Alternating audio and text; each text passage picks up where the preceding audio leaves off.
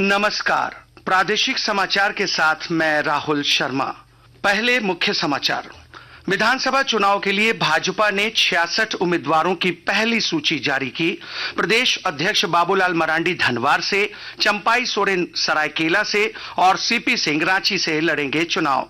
भाजपा के प्रदेश अध्यक्ष बाबूलाल ने झारखंड में सत्ता परिवर्तन का किया दावा। कहा, जनता राज्य को लूटने वाली इंडी गठबंधन सरकार को दोबारा नहीं देगी मौका। इंडी गठबंधन में सीटों का बंटवारा तय। झामुमो के कार्यकारी अध्यक्ष हेमंत सोरेन ने कहा, 70 सीटों पर झामुमो और कांग्रेस, जबकि 11 सीटों पर राजद और माले लड़ेंगे चुनाव। झारखंड हाईकोर्ट ने मानव तस्करी से मुक्त कराए गए नाबालिग बच्चों के पुनर्वास नीति पर राज्य सरकार से मांगा जवाब।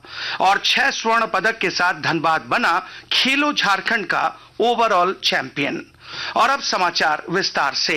भाजपा ने झारखंड विधानसभा चुनाव को लेकर 66 उम्मीदवारों की पहली सूची जारी कर दी है। प्रदेश अध्यक्ष बाबूलाल मरांडी धनवार सीट से चुनाव लड़ेंगे, जबकि झामुमो से भाजपा में शामिल हुए चंपाई सोरेन सरायकेला से और सीता सोरेन जामताड़ा से चुनाव लड़ेंगी। वहीं रांची विधानसभा सीट से सीपी सिंह चुनाव मैदान में उतरेंगे। हटिया से नवीन जायसवाल और कांके से जीतू चरण राम पर पार्टी ने भरोसा जताया है। पहली सूची जारी होने के बाद भाजपा के प्रदेश अध्यक्ष बाबूलाल मरांडी ने कहा कि सीटों के आधार पर प्रत्याशियों की सूची जारी कर दी गई है। अब सभी प्रत्याशी अपने अपने क्षेत्र में डटकर मुकाबला करेंगे। वहीं चंपाई सोरेन ने कहा कि इस चुनाव में भारतीय जनता पार्टी सबसे बढ़िया प्रदर्शन करेगी। आने वाला चुनाव में भारतीय जनता पार्टी का सबसे बढ़िया प्रदर्शन होगा और सरकार भी बनेगी। ये पूरा यहाँ का जनता का इच्छा है कि परिवर्तन का संकेत दे दिया है, इसलिए कहीं किंतु परंतु नहीं है। हम भारतीय जनता पार्टी के कार्यकर्ता हूँ और भारतीय जनता पार्टी जो काम हमको सौंपेंगे वो काम हम करते जाएंगे। झारखंड में भाजपा के चुनाव सह प्रभारी हिमंता बिस्वा शर्मा ने दावा किया कि एनडीए एक साथ चुनाव लड़ेगा और झारखंड में सरकार भी बनाएगा। उन्होंने बताया कि लोजपा के केंद्रीय अध्यक्ष चिराग पासवान भी चुनाव में एनडीए के पक्ष में प्रचार करेंगे। एनडीए एक साझा घोषणा पत्र लेकर जनता के पास जाएगा। वहीं बाबूलाल मरांडी ने कहा कि इस बार सत्ता परिवर्तन होगा और झारखंड में बीजेपी की सरकार बनेगी। लोग राज्य में सरकार बदलने के लिए चुनाव का इंतजार कर रहे थे। इस बार झारखंड में परिवर्तन होगा और बीजेपी के नेतृत्व में झारखंड में सरकार बनेगी। अब ठगने वाले लूटने वालों को फिर से लोग बैठाएंगे। गलती अब झारखंड की जनता नहीं करने वाली है। भ्रष्टाचार इस कदर है, चाहे थाना हो, चाहे ब्लॉक हो या अंचल हो, बिना पैसा से कोई काम होता ही नहीं था। तो झारखंड की जनता तो इस दिन के ही वो इंतजार कर रही थी कि भाई जब चुनाव की घोषणा हो जाएगी, कब हम सब लोगों को वोट देने का अवसर मिलेगा ताकि सरकार को हम लोग बदल सकें। वहीं लोजपा के झारखंड प्रभारी अरुण भारती ने कहा कि एक दशक के बाद लोजपा झारखंड में चुनाव लड़ रही है। उन्होंने कहा कि झारखंड में गठबंधन के तहत पार्टी 17 सीट से चुनाव लड़ रही है। झारखंड विधानसभा चुनाव को लेकर इंडी गठबंधन ने सीटों के बंटवारे का फार्मूला तय कर लिया है। सीटों के बंटवारे की घोषणा करते हुए झारखंड मुक्ति मोर्चा के कार्यकारी अध्यक्ष सह मुख्यमंत्री हेमंत सोरेन ने बताया कि झामुमो और कांग्रेस 70 सीटों पर मिलकर चुनाव लड़ेगी, जबकि 11 सीटों पर सहयोगी दल राजद और माले चुनाव लड़ेंगे। श्री सोरेन ने कहा कि उम्मीदवारों के नाम भी जल्द तय किए जाएंगे। सूत्रों से मिली जानकारी के मुताबिक झामुमो के 43 से 45 सीटों पर चुनाव लड़ने की संभावना है, जबकि कांग्रेस 28 से 30 सीटों पर अपने प्रत्याशी उतारेगी। इस चुनाव में राज्य के 70 सीटों पर इंडिया गठबंधन के जेएमएम कांग्रेस के प्रत्याशी होंगे और जो बचे विधानसभा सीट हैं उस पे हमारे सहयोगियों के साथ बैठकर बाकी जगहों की भी कौन किसमें चुनाव लड़ेगा ये तय कर लिया जाएगा। इधर प्रदेश कांग्रेस प्रभारी गुलाम अहमद मीर ने कहा है कि सीट शेयरिंग लगभग पूरी हो चुकी है। पार्टी उम्मीदवारों के नाम का जल्द ऐलान करेगी।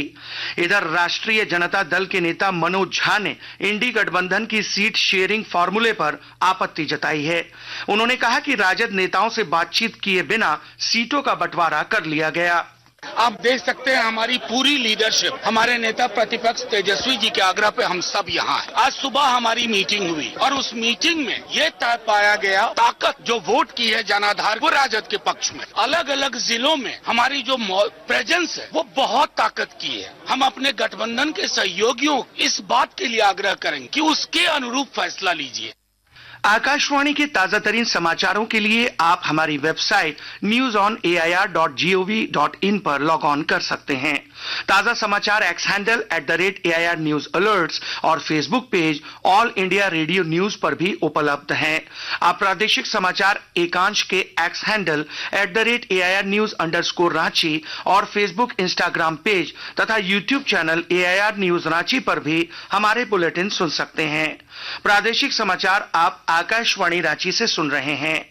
मुख्य निर्वाचन पदाधिकारी के रवि कुमार ने बताया कि विधानसभा चुनाव के दौरान 50,000 रुपए नकद लेकर चलने पर कोई पाबंदी नहीं है, जबकि 50,000 से 10 लाख रुपए तक नकद लेकर चलने पर उसे जब्त किया जाएगा। जब्त राशि की डीडीसी की कमेटी जांच करेगी। अगर जब्त रुपए चुनावी कार्यों से जुड़े मिले तो कानूनी कार्रवाई होगी। जांच टीम अगर आश्वस्त होती है कि राशि वैध है तो उसे संबंधित व्यक्ति को सौंप दिया जाएगा। 10 लाख रुपए से ऊपर की जब्त राशि के मामले को आयकर विभाग देखेगा। इधर मुख्य निर्वाचन पदाधिकारी के रवि कुमार ने बताया कि प्रथम चरण के नामांकन के दूसरे दिन सिर्फ एक उम्मीदवार ने हटिया से पर्चा दाखिल किया है। अब तक कुल 4 प्रत्याशियों ने नामांकन दाखिल किया है। प्रदेश भाजपा ने राज्य के मुख्य निर्वाचन पदाधिकारी के रवि कुमार से जेएसएससी सीजीएल के अंतिम परीक्षा फल प्रकाशन पर रोक लगाने की मांग की है। इस संबंध में पार्टी के विधि प्रकोष्ठ के प्रदेश संयोजक सुधीर श्रीवास्तव ने कहा कि विधानसभा चुनाव 2024 की घोषणा हो चुकी है। राज्य में आदर्श आचार संहिता लागू है। वहीं नेता प्रतिपक्ष अमर बावरी ने भी जारी रिजल्ट प्रकाशन को लेकर आपत्ति जताई है। झारखंड हाईकोर्ट ने मानव तस्करी से मुक्त कराए गए नाबालिग बच्चों के पुनर्वास पर राज्य सरकार से जवाब मांगा है। अदालत ने यह बताने को कहा है कि ऐसे बच्चों के पुनर्वास की सरकार के पास नीति है या नहीं। ऐसे बच्चों का पुनर्वास कैसे किया जा रहा है? अदालत ने इस संबंध में 13 नवंबर तक सरकार को जवाब दाखिल करने का निर्देश दिया है। गौरतलब है कि मानव तस्करी की शिकार एक लड़की के अब तक बरामद नहीं होने को लेकर दायर याचिका की सुनवाई करते हुए अदालत ने यह निर्देश दिया है। विधानसभा चुनाव की घोषणा होने के साथ ही पश्चिमी सिंहभूम जिले में स्वीप कोषांग की गतिविधियां भी तेज हो गई हैं। विस्तृत ब्यौरे के साथ हमारे संवाददाता। विधानसभा चुनाव की घोषणा होने के साथ ही पश्चिमी सिंहभूम जिले में स्वीप कोषांग की गतिविधियां भी तेज हो गई हैं। मताधिकार के प्रति जागरूकता लाने की कोशिश के साथ साथ अधिकाधिक मतदान करने के लिए लोगों को प्रेरित किया जा रहा है। इसी क्रम में जिला मुख्यालय चाईबासा में मतदाता जागरूकता साइकिल रैली का आयोजन भी किया गया। साथ ही साथ अन्य विधानसभा क्षेत्रों में भी इस प्रकार की साइकिल रैलियां आयोजित की जा रही हैं। दिलीप बैनर्जी, आकाशवाणी समाचार, चाईबासा।